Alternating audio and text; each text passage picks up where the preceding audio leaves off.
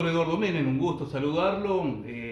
Máxime cuando se aproxima una fecha tan importante, ¿no? Cara al sentimiento de la familia Menem, pero también de los riojanos en general, ¿no? ¿Cómo lo vive usted a este momento tan especial, que se cumple justamente el 2 de julio? Bueno, por un lado, con un poco de tristeza porque va a ser el segundo cumpleaños de Carlos que no voy a estar con él. Pero de todos modos, contento por la recordación que hacen y en ese sentido quiero saludar a todos los amigos que están presentes ahí para hacer este homenaje. Les quiero agradecer por su presencia y bueno, desearles a todos lo mejor en este año. Carlos Menem para la provincia de La Rioja ha sido muy importante y es muy querido, inclusive hasta hace muy poco, ¿no? En la última elección junto a Florencia López, recibiendo tanto cariño de la gente, ¿no? ¿Por qué cree que se logró esa construcción de un cariño tan importante con la gente? Bueno, una de las características que tenía Carlos, que la tuvo siempre, ¿no? Es un gran carisma. Él le gustaba estar con la gente y quería estar con la gente. No lo hacía por razones de rédito político, ¿no? Él le gustaba, le encantaba estar con la gente y tenía una memoria asombrosa para acordarse de todos, preguntarle por los hijos, por la esposa, por los nietos, hasta los nombres de algunos se acordaba, ¿no? Y eso generó siempre una corriente de simpatía, pero no solo en La Rioja, en todo el lado, ¿no? Porque una de las características de Carlos es que, no obstante haber estado, digamos, con los presidentes de todo el mundo, que los recibieron y después los recibió acá, con reyes, con emperadores, con las figuras más destacadas de la política internacional, presidente de los principales países. No obstante eso, él siempre mantuvo una condición que fue su humildad. Él podía compartir la mesa con la reina de Inglaterra, cuando estuvimos allá, y compartir con el más humilde acá en La Rioja o en otro lugar del país. Esa característica lo siguió toda la vida, nunca perdió la humildad, pese a ese roce en parlamentos extranjeros y con los líderes de todo el mundo, ¿no? O sea, esa condición la mantuvo y eso generaba una empatía con toda la gente. Por eso se lo recuerda tanto. Doctor, Menem dejó un legado para la provincia de La Rioja principalmente y para el país. Tuvo 10 años de un vergel en lo que es Argentina. ¿Cuál para ustedes es ese legado? Bueno, él sí recibió el país en una situación muy difícil. Ustedes recordarán en el año 89, cuando el presidente anterior, el doctor Alfonsín, se tuvo que ir 6 meses antes porque la situación del país era caótica, la inflación había llegado casi al 5000% el último año, había saqueos en los supermercados. El 29 de mayo de ese año, Alfonsín había decretado el estado de sitio por desórdenes sociales y bueno, plantearon que se tenían que ir, que querían irse antes porque ya no podían manejar el país. Y Carlos Menem tuvo un gesto democrático de aceptar eso porque él podría haber dicho que no iba a recibir el país en esas condiciones. Pero él, en un gesto democrático, hicimos una transición, ¿no? Firmando actas donde Menem aceptaba entrar en el gobierno, recibir el gobierno 6 meses antes, y el radicalismo se comprometía a ayudar a que salgan las leyes que iba a necesitar el Poder Ejecutivo, las leyes muy importantes para sacar al país de ese estado, ¿no? Entre otras, la ley de reforma económica y la ley de reforma del Estado, que yo fui el miembro informante. Así que eso por lo pronto ese gesto democrático. Después tuvo que hacer un programa de reformas muy importantes, ¿no? Porque el Estado era calamitoso, todas las empresas públicas perdían dinero, los servicios ya no funcionaban como corresponde, los cortes de luz eran varias horas por día, se había restringido hasta el uso de la televisión por falta de luz, falta de electricidad. Es decir, había una situación muy difícil. Los 2 primeros años fueron para él también difíciles, tuvimos un pico también inflacionario en el año 90, hasta que en el 91 se encontró la salida a través de la convertibilidad.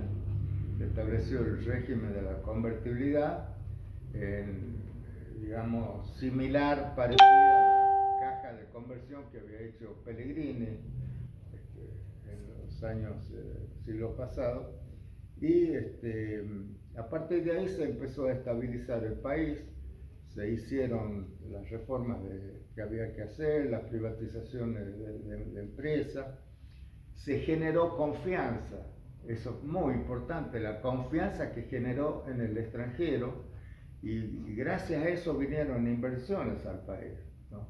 Y con esas inversiones pudimos empezar a superar la crisis. Y a partir de la convertibilidad en adelante se venció la inflación, la hiperinflación, y se consiguió estabilidad hasta el año 99 que él dejó el gobierno.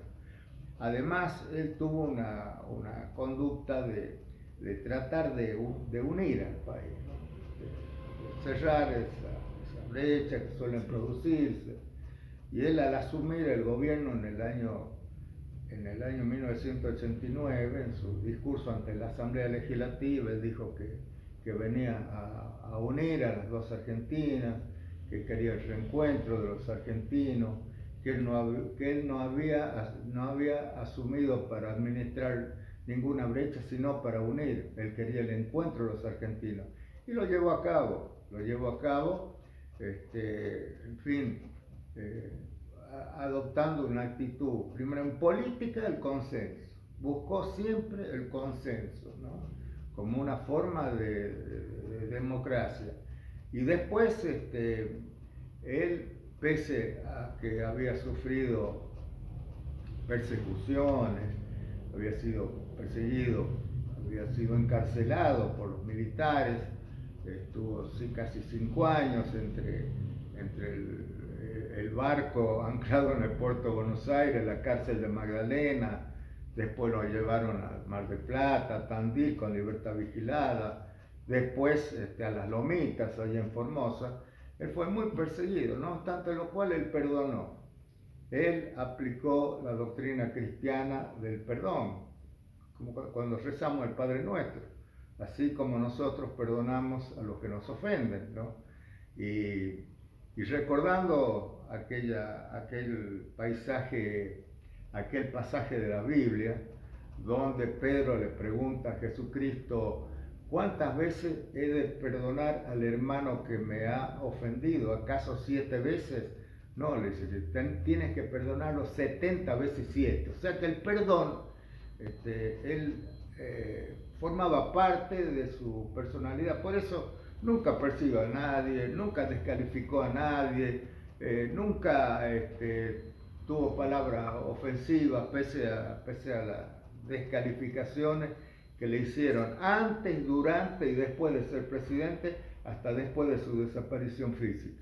Así que él tuvo siempre esa conducta de querer establecer una unión entre los argentinos. Y su gestión de gobierno fue muy buena, en el sentido de que, por ejemplo, arreglamos los problemas de límites con todos los países, sobre todo con Chile, que casi se llegó a la guerra, ustedes recordarán. Y cuando se hace el tratado del Beagle, estando Alfonsín de presidente, ¿no? Se hizo una encuesta, una consulta popular para ver si la gente quería o no aceptar el fallo del Beagle, que había sido contrario a Argentina. Intervino el Papa, lo mandó al cardenal Zamoré. Carlos creyó siempre que lo más conveniente era aceptar esa mediación y ese tratado, y no obstante que el partido se había pronunciado en contra y casi toda la oposición, Carlos Menem acompañó la campaña de Alfonsín por el sí, y triunfó el sí, y también se acordó el Tratado de Beagle. Después habían quedado 22 conflictos limítrofes con Chile, 24, de los cuales 22 se arreglaron directamente, uno por vía de arbitraje en Laguna del Desierto, que fue uno de los pocos arbitrajes que ganó Argentina, y después de hielos continentales, que se hizo un acuerdo entre los parlamentos y la presidencia de ambos países. También se arregló un problema con Paraguay, con Uruguay había un problema ahí de los canales, y con Brasil, por cierto. O sea que esa intervención en la política internacional generó confianza en el país, por eso vinieron grandes inversiones. Acá no vinieron porque las condiciones, vinieron porque las condiciones habían cambiado, porque había credibilidad, porque vieron que había un gobierno serio. Por eso el país en esos 10 años, el Producto Bruto creció un 48%, único en la historia del país. El Producto Bruto Interno por cápita creció un 31%, fue el tercero más alto del país. Se instalaron, hay sectores de la oposición que mienten cuando dicen que el país disminuyó en su industria. Mentira, el país en la industria no creció tanto como el campo, pero creció un 36%, y además las exportaciones industriales crecieron un 36%, y no nos va a dejar mentir si se ve que en el país se radicaron dos grandes empresas automotrices en el 97, que fueron General Motors y Toyota, y Fiat amplió sus plantas, y se instalaron autopartistas. O sea que gracias a eso hubo una estabilidad económica, se superó la inflación, pese a que pasamos por crisis internacionales como la del tequila, la del sudeste asiático, la crisis, la devaluación brasileña, la crisis de Rusia en el año 98, 99, y bueno, se mantuvo el modelo. Y en la campaña del 99 hubo dos candidatos principales, de la Rúa y Duhalde. Duhalde decía que el modelo había sido exitoso, pero había que cambiarlo.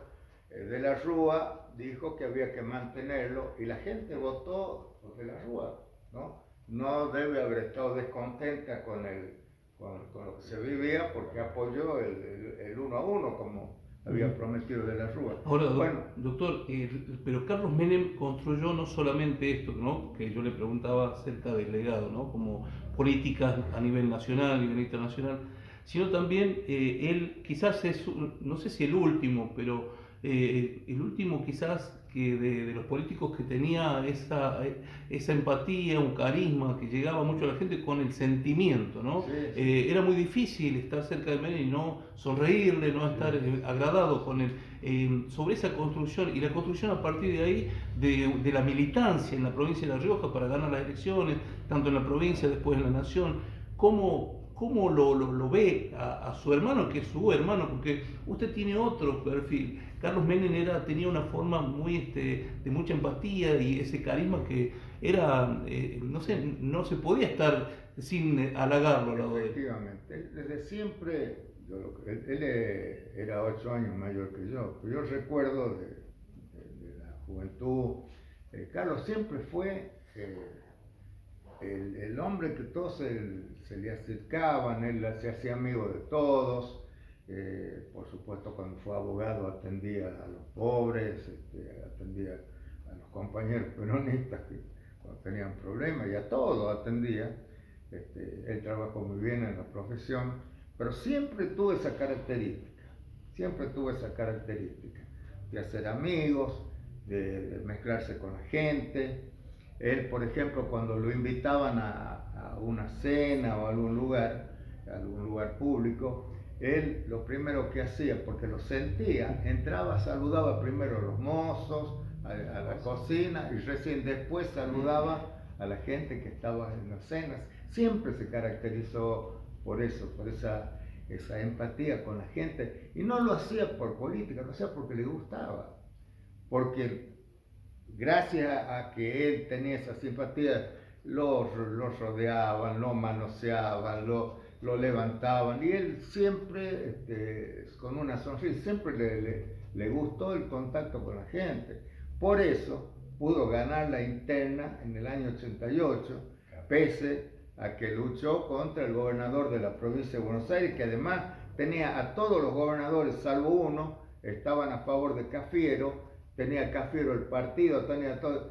Y él, yendo de La Rioja, una de las provincias más subdesarrolladas, él ganó la elección, pero fue por eso, por su personalidad, porque recorrió todo el país haciéndose conocer, y porque le caía bien a la gente, y porque confiaban en él de que iba a hacer una reforma como le hizo. Ahora usted dice que él siempre fue así, ¿usted lo recuerda desde niño? Sí, sí, claro. Desde niño siempre tuvo esas actitudes. Sí, claro. En la escuela. Él iba a la cancha y era Carlitos, y participaba en los torneos de fútbol, y era Carlitos, y él, hasta en Anillaco, cuando se hacían los campeonatos en Castro Barro, él era el capitán del equipo. Él pateaba los penales, él atajaba a veces los penales cuando había una definición, porque él jugaba al básquet y tenía habilidad para embolsar la pelota. O sea, siempre se distinguió, ¿no? O sea que esa condición de líder ya la manifestó desde joven. Y él, en la facultad, ya se había manifestado por un grupo de universitarios peronistas, creo que era la FUC, no me acuerdo, en Córdoba, y apenas llegó a La Rioja, él militó en el peronismo, y una de sus primeras actividades fue defender al gobierno peronista que había caído en el 55, porque él se recibe en el 55, ¿no? Y habían metido presos a todo, al gobernador, a los ministros, y Carlos los defendió a la mayoría de ellos, ¿no? Y ya entró a militar directamente en el peronismo, ¿no? Qué cosa que él lo sentía de alma. Va a haber un homenaje el día sábado acá en La Rioja, ¿tiene conocimiento del mismo? Sí, familiares y amigos armaron una misa, pidieron una misa por él, que se va a hacer en la iglesia catedral a las 12:30 del día, sábado. Por supuesto el día sábado, por supuesto están todos invitados. El sábado es justamente el aniversario de su cumpleaños, ¿no? Día del militante provincial, creo. Él nació en La Rioja, vivió en La Rioja, estudió en la escuela pública en La Rioja, y después fue a Córdoba porque no había universidad, en la Universidad de Córdoba, que también él siempre estuvo en la escuela pública, y eso también fue importante, ¿no? Porque les permitió trabajar y ver las necesidades de la gente, con los compañeros de otra condición económica. Carlos yo creo que Perón decía que algunos líderes ya nacen con el óleo de Samuel, ¿no? Que era el que se ponía en esa época. Él nació con el óleo de Samuel, por eso fue un líder indiscutible. Doctor, muchísimas gracias por su tiempo. Gracias a usted. Yo le quiero mandar un saludo a todos los hermanos chilecisteños, a todos los hermanos riojanos, desearles lo mejor. Estamos viviendo momentos muy críticos. Yo ruego a Dios para que nos ayude a salir adelante, porque Argentina se merece un destino mejor que el que estamos viviendo. Y puede ser, porque así como Carlos Menem recibió un país en estado muy malo, ¿no?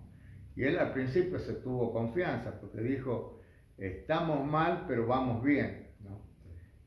Eso si lo tuviéramos que decir ahora, diríamos estamos mal y vamos peor, pero Carlos Menem siempre tuvo confianza y luchó con convicción, aún en la cárcel.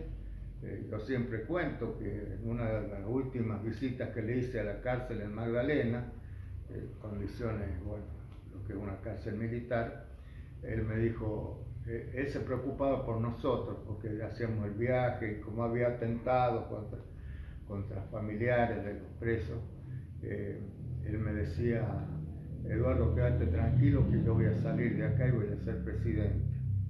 Por supuesto, en ese momento nosotros no sabíamos cómo iba a salir de la cárcel y él ya tenía la confianza de que iba a ser presidente, ¿no? Y pudo hacerlo.